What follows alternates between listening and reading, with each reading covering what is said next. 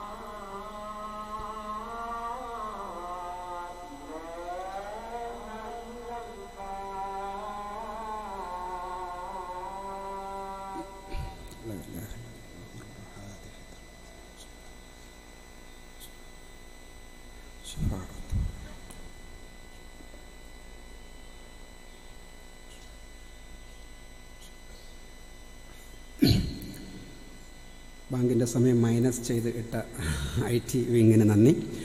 പിന്നെ ഇപ്പോൾ കേൾക്കുന്ന ഒരു ഭാര്യ, കേൾക്കുന്ന ഭർത്താവ്, എനിക്ക് എൻ്റെ മനസ്സിൻ്റെ ആകുലതകൾ ഷെയർ ചെയ്യാൻ ഇവിടെ ഇടമുണ്ട് എന്ന് വിചാരിക്കുന്ന ഭർത്താവ്, അങ്ങനെ വിചാരിക്കുന്ന ഭാര്യ, കെയറിങ്. ഇപ്പോൾ നിങ്ങളിവിടുന്ന് ഉച്ചയ്ക്ക് ബിരിയാണി കഴിക്കുമ്പോൾ വീട്ടിലൊന്ന് വാട്സപ്പ് ചെയ്തിട്ട് നീ തിന്നോ എന്നൊക്കെ ചോദിക്കുന്ന ഒരു മനസ്സ്, അതൊക്കെ സംഘാടകർക്ക് ഉണ്ടാവില്ല. നമ്മൾ ഈറ്റിങ്ങുമാണ്.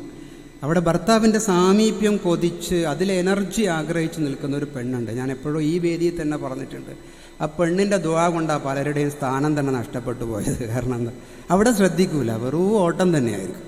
അപ്പം അതുകൊണ്ട് അങ്ങനെ ഹിയറിങ്ങും ഷെയറിങ്ങും കെയറിങ്ങും കൊടുത്തിട്ടില്ലെങ്കിൽ ജീവിതം ബോറായിട്ട് തോന്നും. അപ്പോൾ ഒളിച്ചോടി പോകലുണ്ടാകും, അവിഹിതമായ രീതികളുണ്ടാകും, നമ്മൾക്ക് ആലോചിക്കാൻ പറ്റാത്ത പ്രശ്നങ്ങളുണ്ടാകും. ഇതെന്തുകൊണ്ടോ എന്നറിയില്ല, മുസ്ലിം സമുദായത്തിൽ നമുക്ക് ഈ മഹല്ലും സംവിധാനവും പ്രഭാഷണവും എല്ലാം ഉണ്ടായിട്ടും നമ്മുടെ സമൂഹത്തിലും അത് കൂടി വരുന്നതിൻ്റെ കുറേ ചിത്രങ്ങൾ നമുക്കുണ്ട്.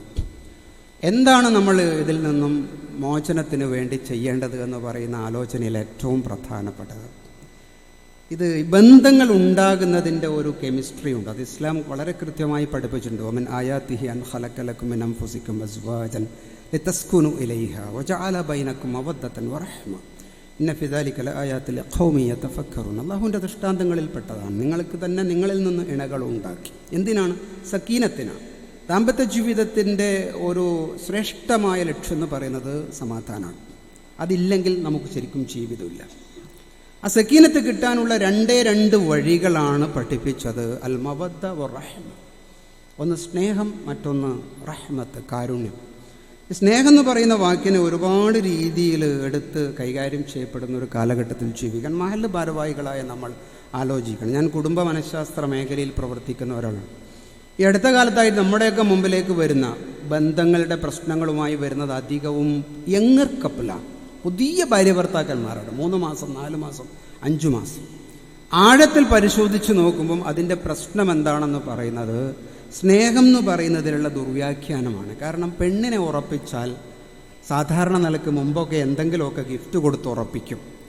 എന്നാൽ ഇന്ന് മൊബൈലാണ് കൊടുക്കുക. മൊബൈലും ഒരു 2000 ഉറുപ്പിൻ്റെ റീചാർജ് കൂപ്പണം. മോട്ടോ മാറിയതിന് ശേഷം 2000-ലേക്ക് മാറിയതാണ്. ഇത് കീഴിൽ കിട്ടുന്ന പെണ്ണും ആണും ഇതെന്തോ മതപരമായ നിയമം എന്ന നിലക്കാണ് ആളുകൾ കണ്ടുവച്ചിരിക്കുന്നത്. ഒരു 6 മാസം 9 മാസം വിവാഹത്തിന് മുമ്പ് ഈ പെണ്ണ് അർദ്ധരാത്രിയിലും പാതിരാത്രിയും എല്ലായിടത്തുനിന്നും സംസാരിക്കുകയാണ്. അപ്പോൾ കൊടുക്കുന്ന ഫീലിംഗ് ഓഫ് എക്സ്ചേഞ്ച് എന്ന് പറയുന്നത് പോസിറ്റീവ് മാത്രമാണ്. തൻ്റെ ദുഷ്ടത്തരങ്ങളൊന്നും ഈ ആണ് പുറത്ത് കാണിക്കില്ല. പെണ്ണിൻ്റെ സ്വാഭാവികമായ കുശുമ്പും കുറുമ്പും ഒന്നും പെണ്ണും പുറത്ത് കാണിക്കില്ല. ഇവർ വിചാരിക്കും ജീവിതം എന്ന് പറയുന്നത് ഫലൂദ പോലെ സന്തോഷമായിരിക്കും എന്ന് ആണും ഐസ്ക്രീം പോലത്തെ മനോഹരമായിരിക്കുമെന്ന് പെണ്ണും വിചാരിച്ചിട്ട് അങ്ങനെ വിവാഹ ജീവിതത്തിലേക്ക് കടന്നു പോവുകയും എവിടുന്നോ ഒരു നിക്കാഹിൻ്റെ സദസ്സിൽ അങ്കഹ സവ്വജ വെച്ച് അവരെ ചേർത്തുകയും ചെയ്താൽ വലിയ പ്രതീക്ഷയോടുകൂടി കടന്നുപോയ ആണും പെണ്ണും ചെറിയ മുള്ളും മുനകളും ഉണ്ടാകുമ്പോൾ പൊട്ടിത്തെറിക്കും. ഇത് വലിയ അസ്വസ്ഥതകളുണ്ടാകും, ടോണുകൾ മാറും, രീതികൾ മാറും. അപ്പം അതുകൊണ്ട് തന്നെ വിവാഹ ജീവിതത്തിൻ്റെ യഥാർത്ഥത്തിലേക്കുള്ള നിക്കാഹിന് മുൻപുള്ള ആണിൻ്റെയും പെണ്ണിൻ്റെയും ആശയവിനിമയം അതെന്തിൻ്റെ പ്രീ മാരിറ്റൽ കൗൺസിലിംഗ് സെഷനിലൊക്കെ നമ്മൾ പറഞ്ഞു കൊടുക്കാറുണ്ട്.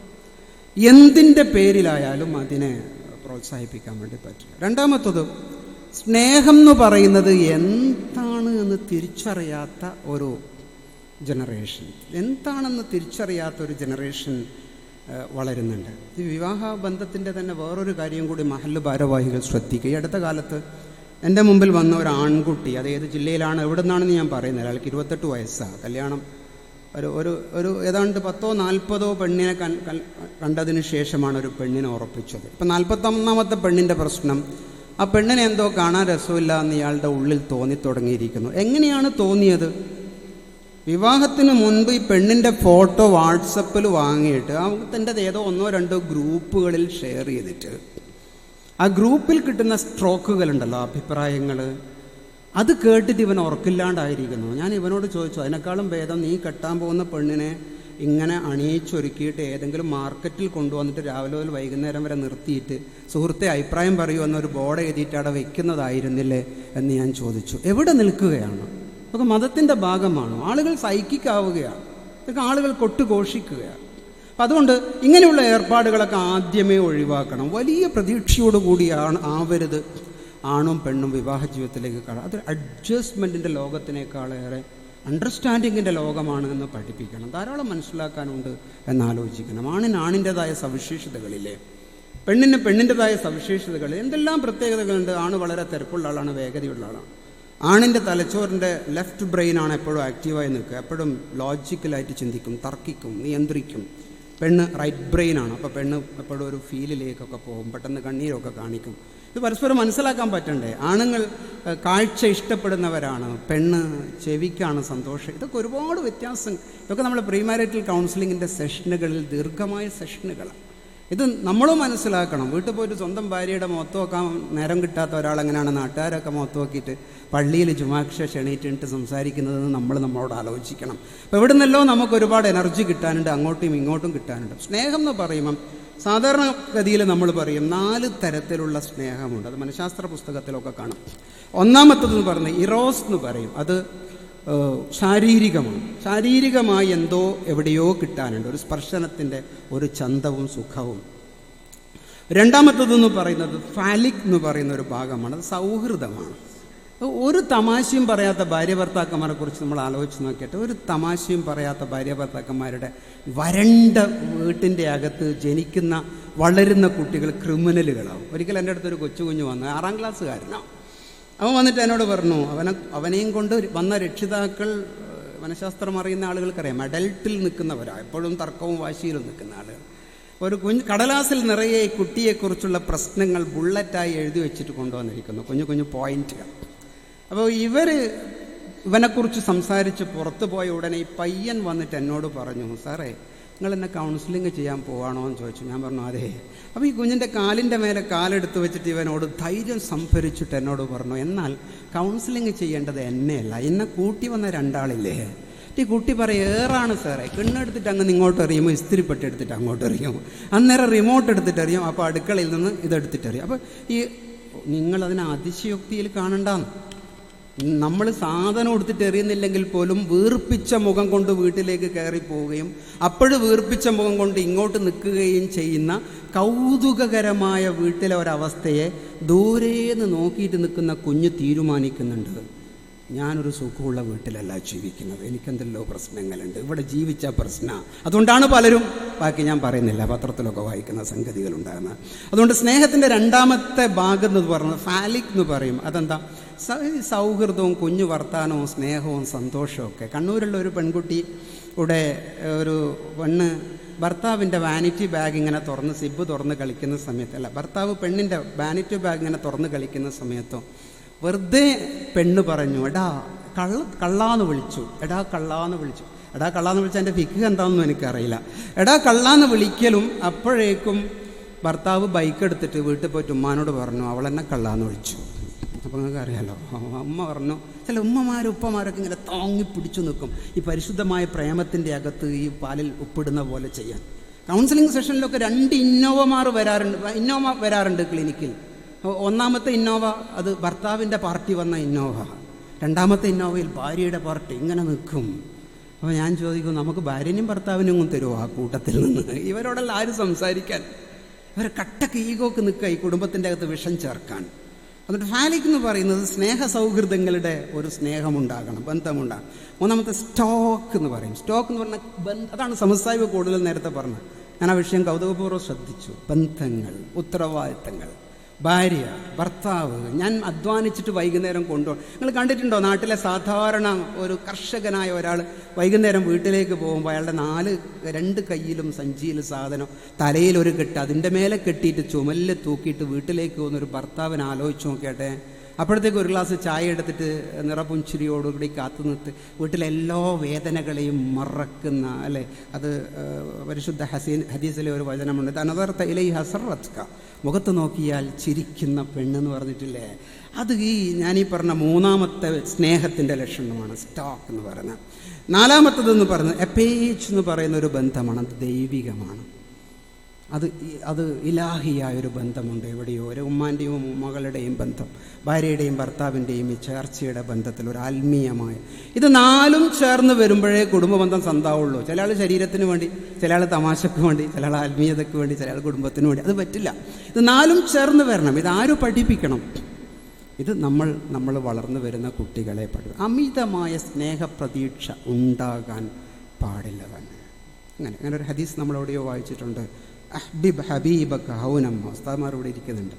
അസാ അൻ യകൂന ബഗീലക യൗമമ്മ അബ്ഗിൽ ബഗീലക ഹൗനമ്മ അസാ അൻ യകൂന ഹബീബക യൗമ. അതിമനോഹരമാണ്. സ്നേഹിക്കുമ്പോൾ ഒരു മര്യാദ, ഒരു പാകത്തിൽ സ്നേഹിച്ചേക്കണം. കാരണം നാളെ ദേഷ്യപ്പെടേണ്ടതാണ്. അപ്പോൾ ഭയങ്കര ദേഷ്യം വരുമ്പോൾ സഹിക്കാൻ പറ്റില്ല. ദേഷ്യപ്പെടുമ്പോൾ ഒരു പാകത്തിൽ ചെയ്യണം. കാരണം പിറ്റേത്തെ ദിവസം സ്നേഹിക്കേണ്ടതാണ്. എന്ത് മനോഹരമായൊരു ബാലൻസ്.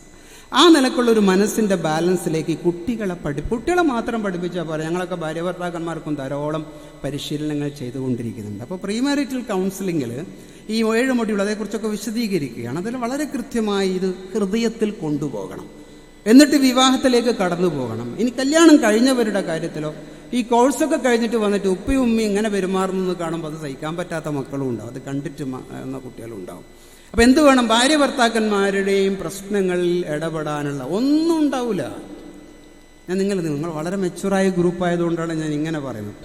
ഭാര്യയും ഭർത്താവും കൗൺസിലിങ്ങിന് വന്നാൽ ഞങ്ങൾ പൊതുവെ ഉപയോഗിക്കുന്ന ഒരു ടെക്നിക്ക് എന്താണെന്ന് പറഞ്ഞാൽ അവരോട് ആദ്യം പറയും, നിങ്ങളൊന്ന് മുഖത്തോട് മുഖം നോക്കി ഇരുന്നാട്ടെ, നിങ്ങളൊന്ന് സങ്കല്പത്തിൽ വിചാരിച്ചാട്ടെ, ഒന്ന് നിങ്ങൾ മുഖത്തോട് മുഖം നോക്കിയിരിക്കുന്നത്. ദേഷ്യപ്പെട്ട് വന്നയാളോട് മുഖത്തോട് മുഖം നോക്കിയിരിക്കുമ്പോൾ ഇവരുടെ മഞ്ഞ് അപ്പം തന്നെ ഉരുകും. കാരണം ആകെയിലുള്ളൊരു പ്രശ്നം ഇതായിരിക്കും ചിലപ്പോഴേ.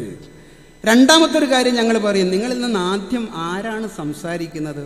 ഭാര്യയാണോ ഭർത്താവാണോ? ആരോടെങ്കിലും ആദ്യം സംസാരിക്കാൻ പറഞ്ഞാൽ മറ്റേയാൾ വിചാരിക്കും അയാൾ എന്തോ ലോകത്തിലാണ്, അതുകൊണ്ട് ഞാൻ പറഞ്ഞതൊന്നും എടുക്കൂല എന്ന് വിചാരിക്കും. ഞങ്ങളൊരു തന്ത്രം ഉപയോഗിക്കും. ആരാണ് ആദ്യം സംസാരിക്കുന്നത്? അപ്പോൾ നിങ്ങൾ തീരുമാനിച്ചോ എന്ന് പറയും.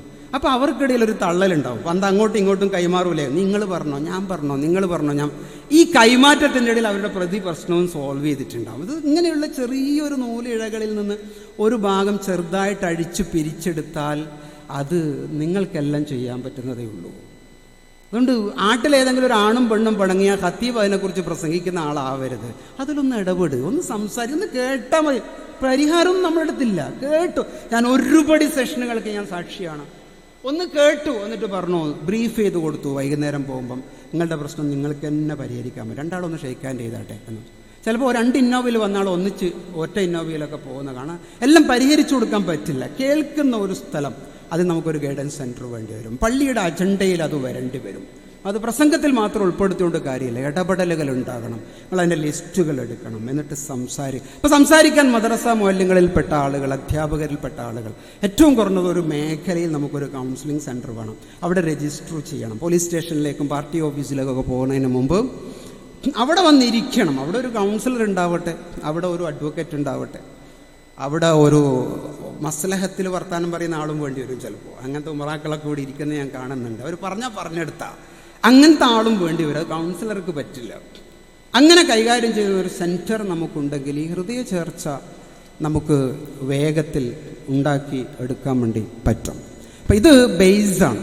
കാരണം എന്താണെന്ന് പറഞ്ഞാൽ ഇത് നേരെയായിട്ടില്ലെങ്കിൽ ഒരു സംശയമില്ല, ജനിക്കാൻ പോകുന്ന എല്ലാ കുഞ്ഞുങ്ങളും വഷളാകുന്ന പ്രശ്നമാണ്. കാരണം ഗർഭപാത്രത്തിൻ്റെ അകത്തുനിന്ന് തന്നെ സെൻസേഷൻ എന്ന് പറയുന്ന ഒരവസ്ഥയിൽ പ്രശ്നബാധിതനായി ഭൂമിയിലേക്ക് വരാൻ വിധിക്കപ്പെട്ട ധാരാളം കുട്ടികളുണ്ട്. എന്താ കാരണം? ഗർഭം ചുമന്ന സമയത്ത് ഈ പെണ്ണിന് ടെൻഷൻ കൊടുത്തത് ഭർത്താവിൻ്റെ ഉമ്മയാ, ഭർത്താവിൻ്റെ വാപ്പയാ, വീടാ. അപ്പോൾ ആ ടെൻഷനോടുകൂടി ഗർഭം ചുമന്നാൽ ജനിക്കുന്ന കുഞ്ഞിന് മാനസികമായ പ്രശ്നങ്ങൾ, പിരിമുറുക്കങ്ങൾ, ഇമോഷണൽ വൈകാരികമായ പ്രശ്നങ്ങൾ, തലച്ചോറിൻ്റെ വളർച്ചയ്ക്കുള്ള പ്രശ്നങ്ങൾ, ശാരീരികമായ പ്രശ്നങ്ങൾ, ഇതൊക്കെ ധാരാളമായി നമ്മൾ കാണുകയും കേൾക്കുകയും ചെയ്യുകയാണ്. അതുകൊണ്ട് വരുന്ന ജനറേഷനെ നന്നാക്കാൻ വേണ്ടിയെങ്കിൽ നമുക്ക് നല്ല കുട്ടികൾ വേണമല്ലോ. വെറും മദ്രസയും പരിപാടികളൊക്കെ ചെയ്തുകൊണ്ട് നല്ല ജനറേഷൻ വേണ്ടേ? അതിനെന്ത് വലിയ ഒന്നാമത്തെ അജണ്ടയായിട്ട് നമ്മളുടെ ഈ ഇടപെടൽ. എവിടെയെങ്കിലും ഭാര്യ ഭർത്താക്കൻ പ്രശ്നം, നമുക്കൊന്ന് സംസാരിച്ച് നോക്കാടോ. തലാക്കിലേക്ക് പോല്ല, അതിന് വേണ്ടിയിട്ട് പെട്ടെന്ന് ചർച്ച വെക്കല്ല, ഒന്ന് സംസാരിച്ച് നോക്കാം. ആരെങ്കിലും ഒന്നൊന്ന് ഇടപെടുന്ന നിലക്കുള്ള അത് ഒരു മനഃശാസ്ത്രപരമായിട്ട് കുറച്ച് സാവകാശം, തിരക്കൂട്ടി തീരുമാനമുണ്ടാകണമെന്നൊന്നും ആഗ്രഹിക്കാത്ത ആളുകൾ ഇടപെട്ടുക. ഞങ്ങളൊക്കെ പല സെഷനിലും പാതിയൊക്കെ ഏകദേശം ആയതിനു ശേഷം അവർ ഒരു 1 ഡേ ടൂറിന് വിടുക ചെയ്യുക. രാവിലെ ഒന്ന് പോയിട്ട് ഒന്ന് രാത്രി എവിടെയെങ്കിലുമൊക്കെ പോയിട്ട് കിടന്നുറങ്ങിയിട്ട് തിരിച്ചു വരും. പിറ്റേന്ന് അവർക്ക് കൗൺസിലിംഗ് പോകേണ്ടി വേണ്ടി വരില്ല. ഈ അധസ്യവതയെ ചൊട്ടിച്ച പോലെ ഉണ്ടാവും അവർ തമ്മിൽ. ചെറിയ തന്ത്രങ്ങളെ വേണ്ടുള്ളൂ. അപ്പം അത് ഉപയോഗിക്കാനുള്ള ഒരു മാനസികാവസ്ഥയിലേക്ക് സമൂഹം വളരണം. അതൊരു വലിയ ജിഹാദാക്കി നമ്മൾ ഏറ്റെടുക്കുകയും ചെയ്യണം. അപ്പോൾ എനിക്ക് പിറകെ വരാൻ പോകുന്ന സെഷനിലൊക്കെ എന്തൊക്കെയാണ് അതിനുവേണ്ടി നമ്മൾ ചെയ്യുന്നത്? നല്ല മാതൃകകൾ കുടുംബത്തിൽ ഉണ്ടാകണം. ഈ കുടുംബ ബന്ധത്തെക്കുറിച്ച് പഠിപ്പിക്കണം. ഭാര്യയ്ക്കും ഭർത്താവിനും ഒരു വർഷത്തിലോ ഒന്നെങ്കിലും വേണമെന്നാണ് ഞാൻ പറയുന്നത്. റമദാൻ ആരംഭിക്കുന്നതിന് മുമ്പോ അതിന് ശേഷം, അല്ലെങ്കിൽ നബിദിന മാസത്തിലോ ആ മഹലിലെ എല്ലാ ഭാര്യ ഭർത്താക്കന്മാരും ഒരു ഫാമിലി കുടുംബ ക്ലാസ്സിലൂടെ, അതിന് വേറെ തിരക്കെല്ലാം ഒഴിവാക്കിയിട്ട് ബിരിയാണിയൊന്നും വെച്ച് കൊടുക്കേണ്ട, ഒരു സാധാ ഭക്ഷണമൊക്കെ കൊടുത്തിട്ട് വൈകുന്നേരം ഒന്നിച്ചിട്ട് ഒരു ഐസ്ക്രീമൊക്കെ കഴിക്കുന്ന നിലയ്ക്കുള്ള ഒരു സദസ്സ് നമ്മളെ കുടുംബത്തിൻ്റെ, അതിനെന്തെങ്കിലുമൊക്കെ ഒരു പേര് സംസ്ഥാനത്ത് നിന്ന് താഴെ. അപ്പോൾ നമ്മളുടെ ഒരു വിവാദത്തിൻ്റെ ഭാഗമായി ഈ ഒരു ഇടപെടൽ മാറുക എന്നുള്ളത് മർമ്മപ്രധാനമായ ഒരു കാര്യമാണ്. കേൾക്കുന്നവർ, ശ്രദ്ധിക്കുന്നവർ, ചിന്തിക്കുന്നവർ, ഇതൊക്കെ നമ്മുടെ കൂട്ടത്തിൽ നിന്ന് ഉണ്ടാകി വരണം. ഒരു പരിശീലന സെഷനിൽ ഒരിക്കൽ ഒരു RP ഇങ്ങനെ ക്ലാസ് എടുക്കുന്നു. ഈ മാഷൊക്കെ വിളിക്കുന്ന പേരാണ് RP. അപ്പോൾ അവരിങ്ങനെ ക്ലാസ് എടുക്കുന്ന സമയത്ത് വന്ന് ഒരു ഭാര്യ ഭർത്താക്കന്മാരുണ്ട്, കുഞ്ഞു ദമ്പതിമാരാണ് വന്നിരിക്കുന്നത്. വളരെ പ്രായമുള്ള ഒരു ഭാര്യയും ഭർത്താവും അപ്പുറത്ത് വന്നിരിക്കുമ്പോൾ ക്ലാസ് എടുക്കുന്ന ആൾക്ക് തോന്നി ഇവരെന്തിനാ വിളിച്ചെന്ന് ചോദിച്ചു. അപ്പോൾ സംഘാടകർ പറഞ്ഞു, ഇവർ അവാർഡ് വാങ്ങാൻ വന്നതാണ്. 40 വർഷമായി ഈ മഹലിൽ ഏറ്റവും നല്ല ദാമ്പത്യ ജീവിതം നയിച്ചതിൻ്റെ അവാർഡ് അവർക്കാന്ന് പറഞ്ഞു. അപ്പോൾ ഈ ക്ലാസ് എടുക്കുന്ന ആൾ മൈക്ക് കൊടുത്തിട്ട് പറഞ്ഞു, ഈ അവാർഡ് കിട്ടുന്ന ആൾ പറയൂ, നിങ്ങളെ ദാമ്പത്യ ജീവിതത്തിൻ്റെ കാരണം എന്താണ്, സന്തോഷത്തിൻ്റെ കാരണം എന്താണെന്ന് ചോദിച്ചപ്പോൾ പറഞ്ഞു, ഭർത്താവ് 3 പ്രാവശ്യം ചോദിച്ചപ്പോൾ ഭർത്താവ് ഒന്നും പറഞ്ഞില്ല. അപ്പോൾ ഭാര്യ പറഞ്ഞു, അതിൻ്റെ കാരണം ഞാൻ പറയാം, ഇതിയാന് ജന്മനാ ചെവി കേൾക്കൂല, അതാണ് ഞങ്ങളുടെ ദാമ്പത്യ ജീവിതത്തിലെ സന്തോഷം. കേൾക്കാൻ തയ്യാറാകുക, അനുഭവിക്കാൻ തയ്യാറാകുക. എല്ലാവിധ ആശംസകളും നേർന്ന് എൻ്റെ വാക്കുകൾ അവസാനിപ്പിക്കും. അസ്സലാമു അലൈക്കും വറഹ്മത്തുള്ളാഹി.